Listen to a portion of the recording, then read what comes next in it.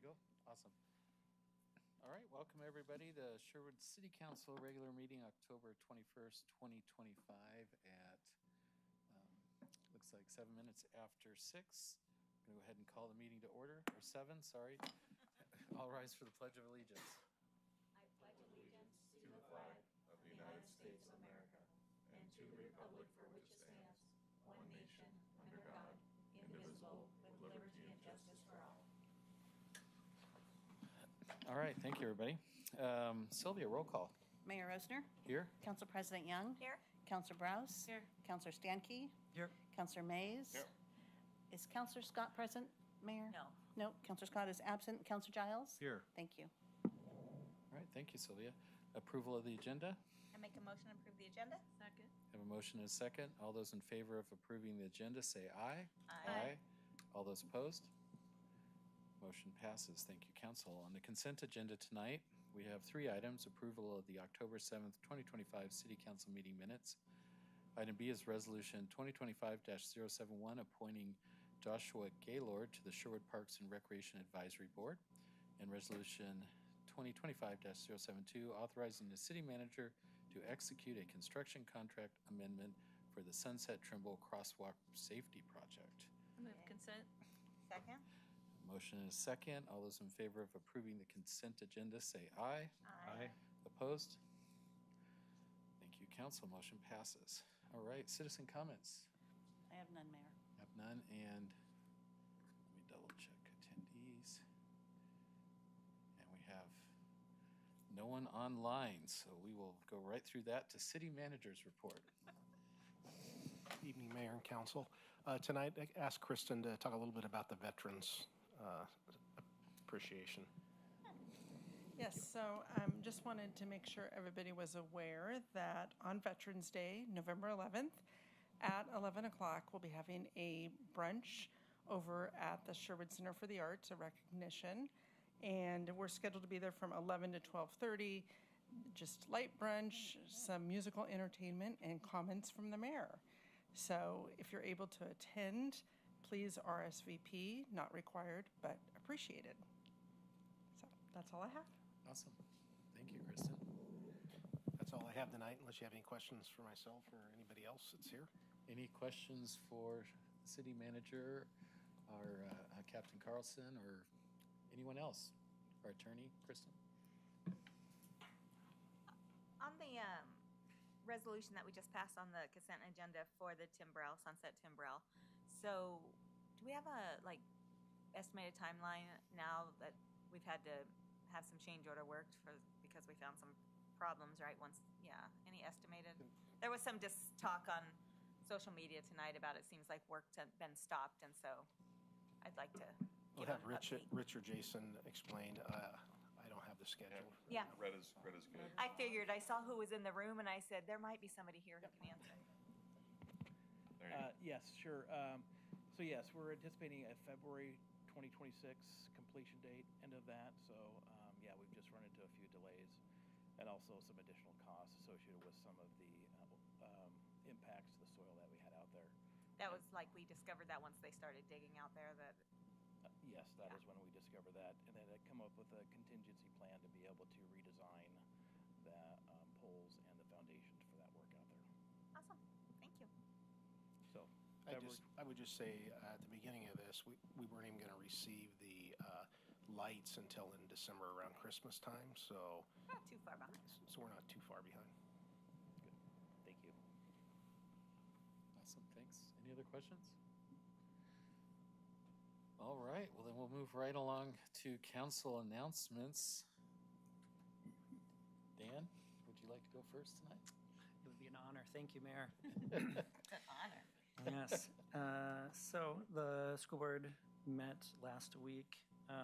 They passed the policy updates, both the required and the optional, without any changes from the first reading.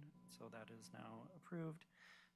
There's a Hadestown play by the Bowman Theater, November 8th and 9th, and then 13th through 15th. You can find more information at bowmantheater.com. The library advisory board met last week as well, and We discussed the levy again. I just want to remind everybody that November 4th is the election date, and the measure that we're referring to is Measure 34-345. That's the Washington County Collective Library Services. Currently, the Sherwood Library relies on over 26% of its budget from the levy, so just keep that in mind as you're voting this year. I just want to say that I attended some of the protests here in Sherwood this weekend, both at the bridge and in Old Town, and there was some concerns about safety of the bridge and cars underneath, and from what I observed, everything was on the up and up. People even picked up trash, so it looked like the area was left better than when they arrived. And as far as I know, there were no incidents from police or anything related to that. So all in all, things went off. It's fine with that, which is great for our city. That's all I got. Awesome.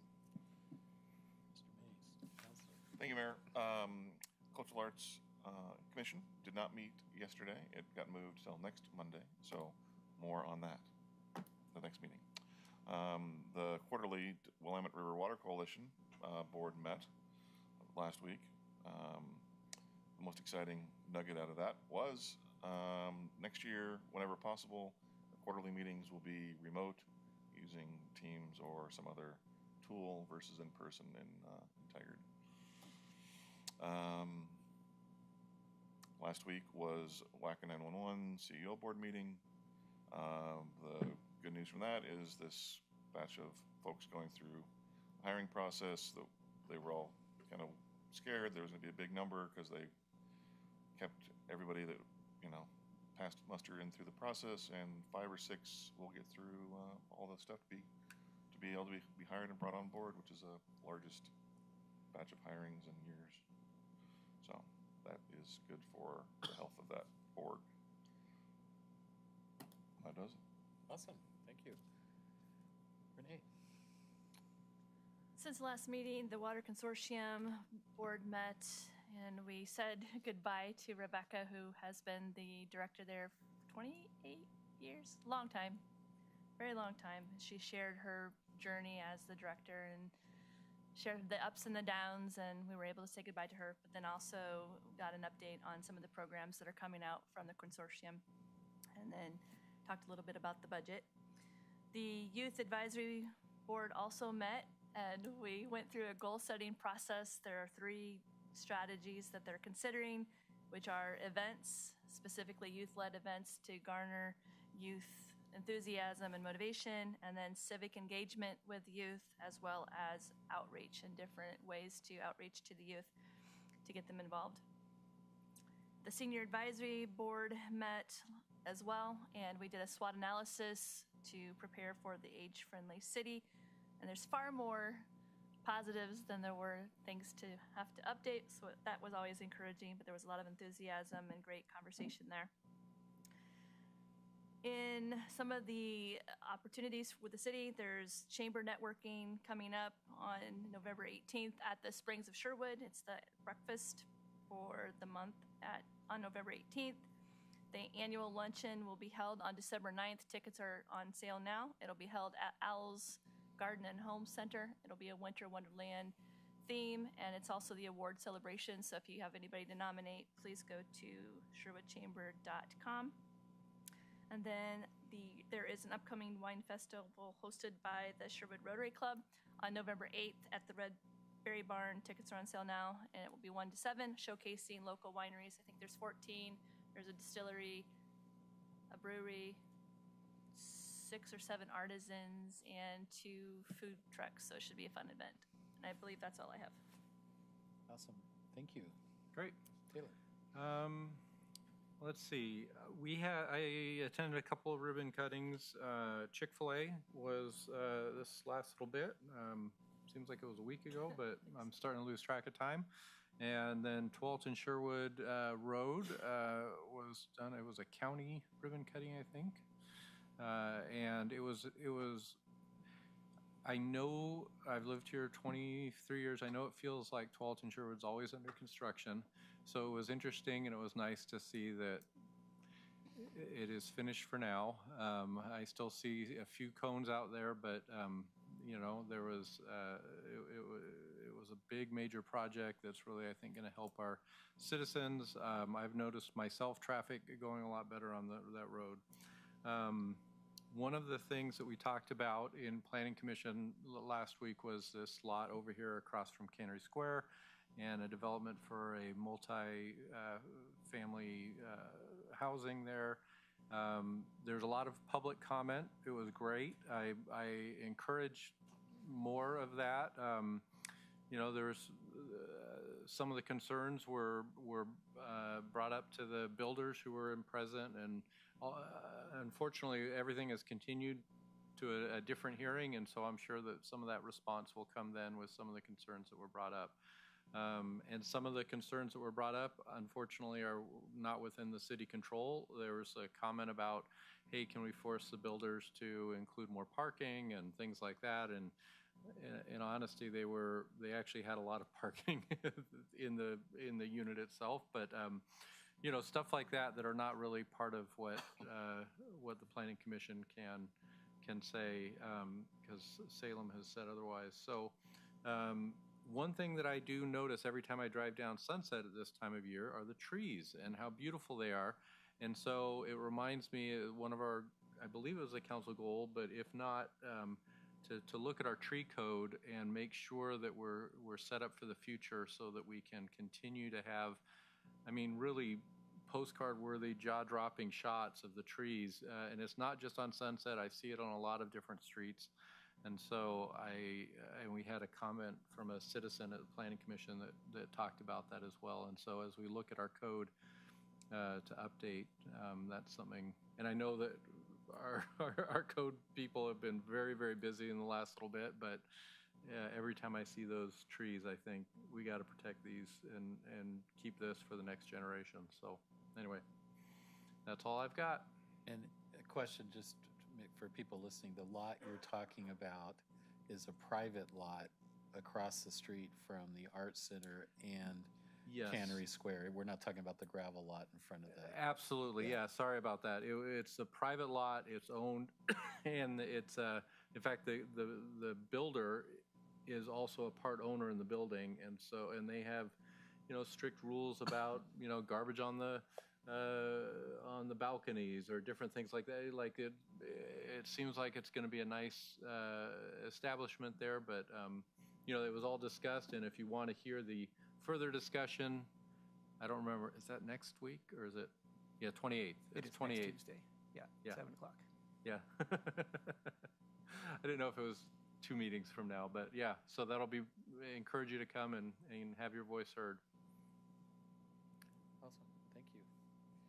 Kim? I also attended the Tualatin, Sherwood, and Roy Rogers ribbon cutting. I stood in for Mayor Rosner, who had a conflict, double booked that day. That was a multi-jurisdictional project between Tualatin, Sherwood, Washington County, and the Willamette Water Supply Program. It's a critical infrastructure investment by widening of the roads, new bike lanes, multi-use paths, which improves the safety and reduces congestion for drivers, pedestrians, and cyclists. So I know our community had to have a lot of patience for the last 4 years. 4 years. But the funny thing is, I was somewhere this weekend, and 2 people said that now when they map somewhere to go, Waze and Maps actually takes them down Tualatin, Sherwood, where it hasn't been in the past. So it's no longer rerouting them around that. It's now the fastest way to get to where they want to go. So that is pretty cool. I also attended the Chick-fil-A ribbon cutting and also the Goldfish Swim School. And if you have not been in there, it is so inviting. It is just beautiful decor. Watching all the kids get their swim instructions, just very well ran. The franchisee owners, just super nice people. So glad to have them in town. And then last Tuesday or Wednesday, Commissioner Pam Treese held a mini coffee session with constituents here in Sherwood to get constituents' input on what their concerns with Washington County or anything they want to talk about county related. Pam is running for Washington County Chair next May, so we had a little little small group that showed up, but it was a good conversation. Awesome, That's thank you. I just have a couple things. Been in a lot of meetings. One of the things I want to point out is we got a presentation at the Washington County Coordinating Committee meeting from TriMet. TriMet has a $300 million budget hole they have to fill. Even with, well, I gotta be careful how I say this, because the state transportation plan just passed an increase to the stiff tax, but they're not counting that because it's only good for 2 years. So the reason I bring that up is something we have to pay attention to because they're talking about service cuts. One of the things they're talking about is actually cutting. Right now, TriMet gives money to the county and other jurisdictions to provide local busing and fill in where TriMet doesn't provide service, and they're talking about cutting that. So there was an interesting conversation with the mayors and TriMet in that meeting. I'll just put it that way. So, but it's something we want to pay attention to because they have some big budget holes they have to fill. Empty buses riding through And we communities have a lot. probably cost a lot of We money. have a lot of empty buses riding through communities. So we're going to encourage them to be very smart about that. And on top of that, we have a real, my opinion, when I say we, I'm talking about the community, not council, but we have, as a community, we have a real challenge with how TriMet manages its services. Like if I live in Sherwood and I work in the work centers over in Hillsboro or Aloha, like at Intel, there is really no busing. There's no transit option for our community. So it's one of the reasons we have a lot of cars here.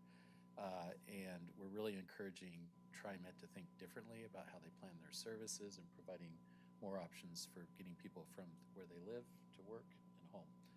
So that's a conversation that has been ongoing, and given these budget cuts, will continue to happen. I met with the new Tigard mayor a couple times. He served on Planning Commission over in Tigard. He was just appointed as mayor, Mayor Yee, and just extended a welcoming hand and inviting him into the group of mayors and stuff like that. It's important for Tigard to be successful because that helps us. You know, we all rise and float together. What else did I have on here? I too went to the Chick-fil-A ribbon cutting. That was fun. They handed out free sandwiches. That's always a bonus. But it's great. And the last two fun things, Pirates of Pinehurst is running. Come out, bring your kids, bring your family, bring your grandparents. It's fun for all. We're having good crowds. It's been really safe. Captain, the support we've had with the PD out there has been great. They've been coming through on a regular basis and are enthusiastic and helpful, and we really appreciate them. And then just as a teaser, we had our Sherwood Education Foundation board meeting last night, and for the annual fundraiser coming up next year, we're pivoting from Sip and Spell to Sip and Sing. So think mask singer competition. Keith, I heard your name mentioned. That's awesome. No, it's not. Anyways, so that's coming up, which I think will be a lot of fun, and we're trying to figure out ways to make that more of an inclusive event. Anyways, that's all I have. I bid $50 to hear Keith sing. Is that what we're doing? That was one of the mechanisms we talked about. All right. Yeah. Anyway, so that's Keep bidding. That's not good enough. That's not good enough. We got to get a groundswell here, you know? Anyways, that's all I have, unless anyone else has anything else for the good of the order. 2 more meetings. 2 more meetings. 2 more meetings tonight. So Oh yeah, we got to go. We got 2 more meetings tonight, so we'll go ahead and go back into regular work session and talk about the memorial dedication.